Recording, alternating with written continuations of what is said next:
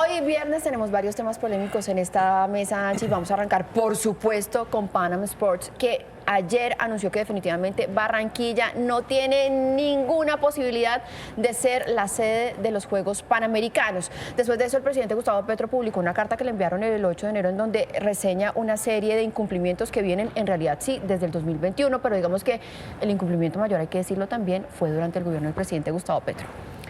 Aquí nadie asume responsabilidades y todos están lavando las manos. ¿Qué hacer, Jorge Iván? Pues a ver, una triste noticia. noticia. Por lo menos levantar la cabeza con dignidad. Aquí es una triste noticia, yo creo que esa es una buena oportunidad. Aquí siempre hemos dicho que el deporte y la cultura son dos temas importantes para un país, para una nación.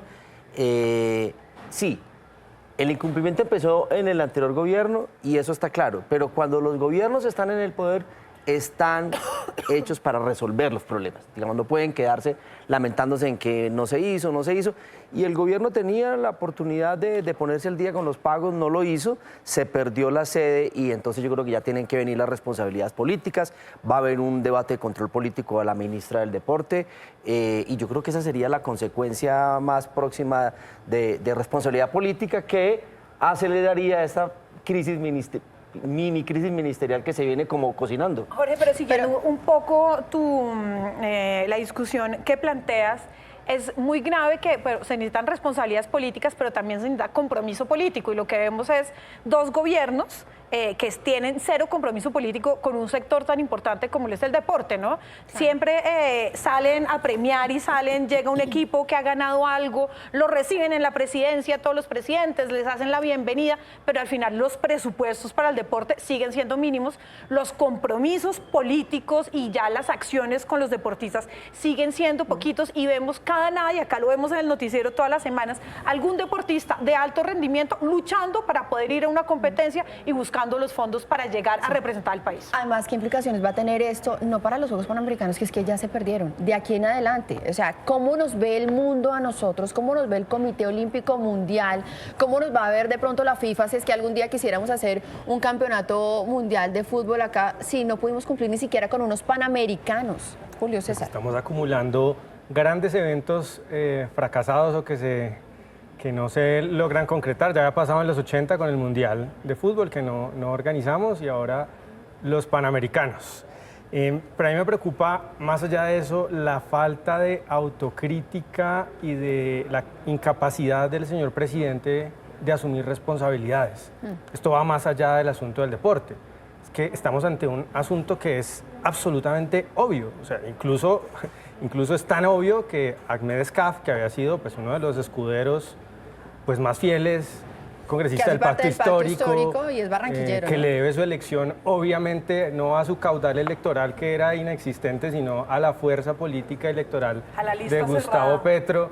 Evidentemente, él está en el Congreso gracias a Gustavo Petro, no por sus méritos políticos, y aún él ha salido a decirle al presidente, oiga, ¿cómo es posible, señor presidente, que usted no asuma la responsabilidad frente a algo tan obvio? Es casi una caricatura, Maritza. Claro, y es que además, ¿sabe qué? Sumándole a eso que usted dice que es una caricatura, es que me parece, no sé cómo calificarlo, que el presidente dice que esa plata ahora lo van a utilizar para los intercolegiados, es decir, pasamos de los Juegos Panamericanos, que son los segundos más importantes en el mundo después de los Olímpicos, a los intercolegiados. Y mire, Mari, que hay que insistir en algo que también dijo Jorge Iván, y es que un presidente, así el gobierno anterior la hubiera embarrado, hubiera hecho todo mal, el gobierno que llega es un gobierno que tiene que resolver.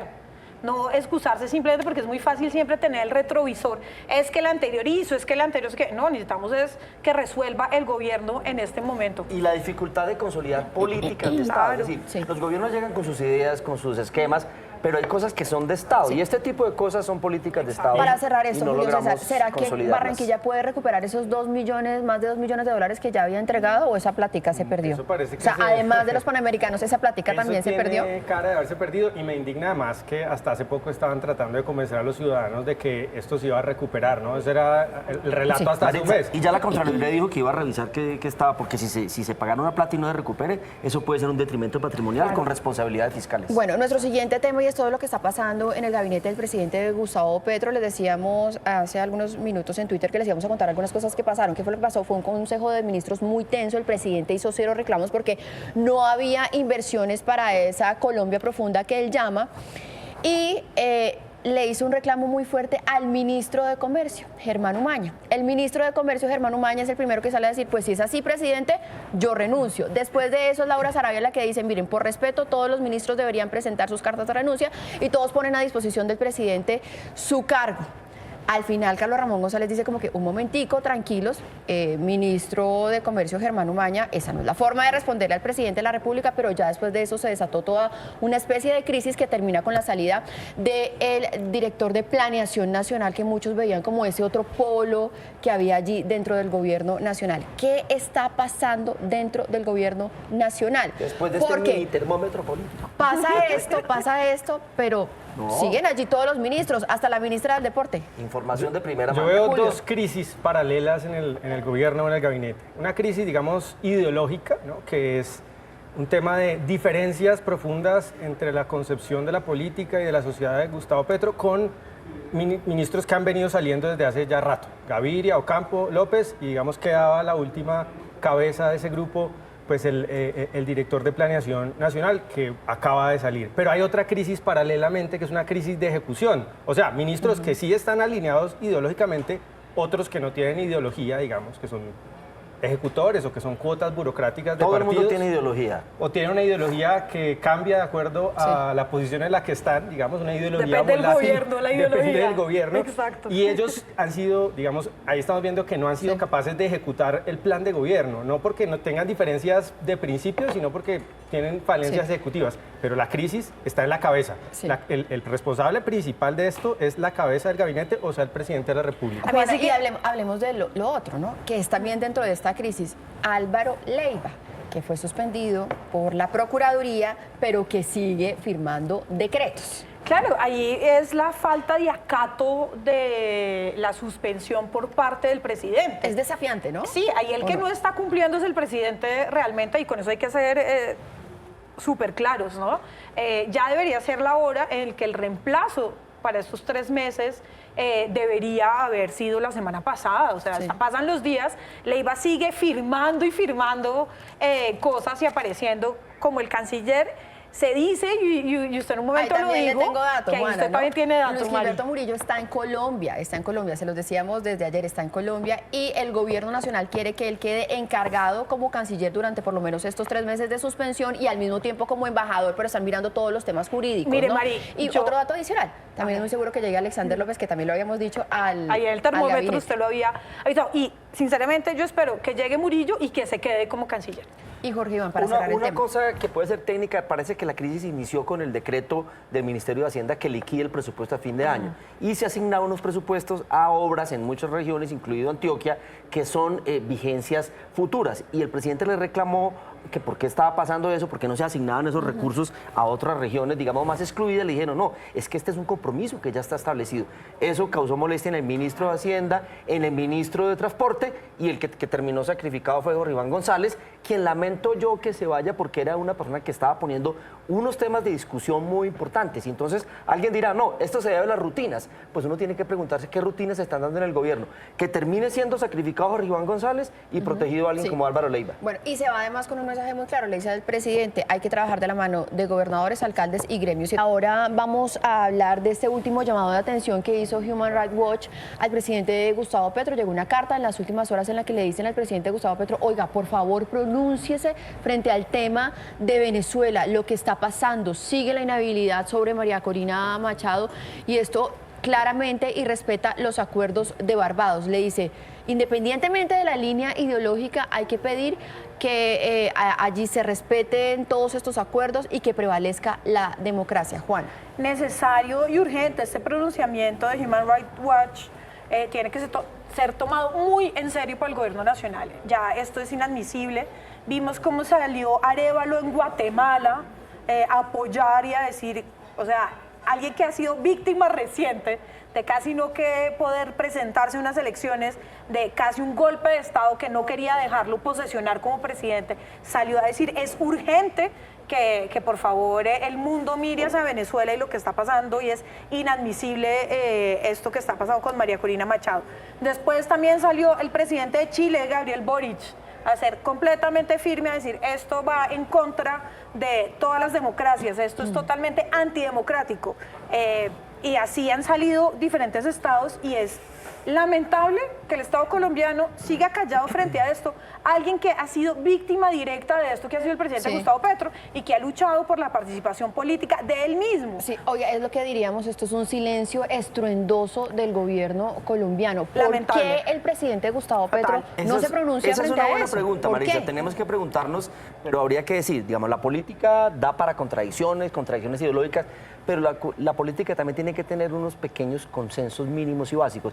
Y uno de esos pequeños consensos que debemos tener en América Latina es respetar el resultado de las elecciones, permitir elecciones libres y que haya alternancia democrática. Ahora, la pregunta es, ¿por qué el gobierno no se pronuncia? Puede haber algo de afinidades ideológicas, como lo ha mencionado Julio, pero yo Juan creo... ha mencionado claro, una cantidad de pero yo creo gobiernos que en el Latinoamérica gobierno- en donde hay afinidad ideológica el y gobierno se están necesita a pronunciando. Venezuela para muchas cosas, especialmente para las negociaciones de paz con el ELN. Tú Pero lo es pedirías. que es decir, acuerdo. esa dependencia del gobierno de Venezuela no nos puede hacer callar De frente a acuerdo. cosas tan el graves, gobierno ¿no? podría pronunciarse en términos diplomáticos, digamos, quizás no con una condena dura, sino con una manifestación de preocupación por los hechos que están sucediendo, de que se inhabilita a una persona, que no hay libres competitivas, y en el lenguaje diplomático daría espacio para que el gobierno se pronuncie sin que eso implique una Jorge, afectación pero a las entonces relaciones. contundentes con unas cosas y con otras no se Entonces, vale. No estoy justificando, estoy tratando de entender. Human Rights La mesa ancha es también Lo para que- entender, no solo Claro. para Julio César, Lo Julio que César. ya es evidente,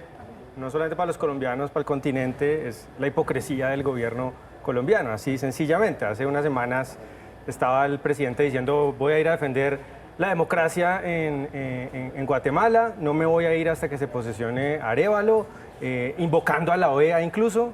Y frente a esto, silencio, el doble estándar es claro, aquí no es casualidad, cosa que no es solamente Petro, ¿no? Digamos, los grandes cacaos de la izquierda regional, el presidente López Obrador, Lula y Gustavo Petro, los países más grandes con gobiernos de izquierda, han ignorado el caso venezolano. Sencillamente, es que es muy sencillo, hay afinidad ideológica y política, hay intereses ideológicos y políticos. Por eso no se alerta al mundo sobre la llegada de una dictadura fantasmagórica, inexistente, mitológica en Argentina, ¿no? Allá sí, alerta democrática, prendamos todas las alarmas. Porque, En el caso de Julio, Venezuela, donde hay una Julio, dictadura declarada, abierta, que viola los Julio, derechos porque humanos, silencio, hipocresía. Porque cualquier expresión antidemocrática se debe condenar y entonces en Argentina también ha habido expresiones antidemocráticas por parte de Milei. Así No, como se condenan- así como yo condeno lo que está pasando en Venezuela, tengo la capacidad de condenar las Aquí no- declaraciones antidemocráticas que aquí ha no hecho hay- Milei y antifeministas no, que ha no hecho hay- y que quería además, por ejemplo,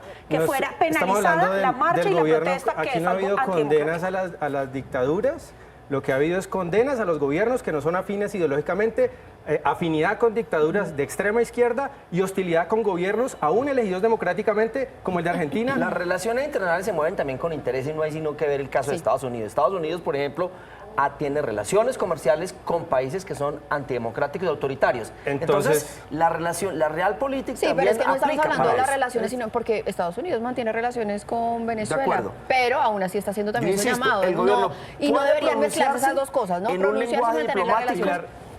La relación con Venezuela no es cualquier rechazar cosa. el tema Sí. sin que eso afecte Petro a las se ha reunido relaciones. 3 veces, como con ningún otro mandatario, 3 veces reuniones bilaterales con Maduro e incluso Más. ha estado instando al Fondo Monetario Internacional para que libere recursos para la dictadura. Julio es decir, César, hay un es que compromiso con Maduro se político. reunió incluso antes de posesionarse como presidente, se nos acabó el tiempo. Ojalá que este llamado de atención de Human Rights Watch sí sirva para que se acabe este silencio del gobierno colombiano frente a lo que está pasando en Venezuela.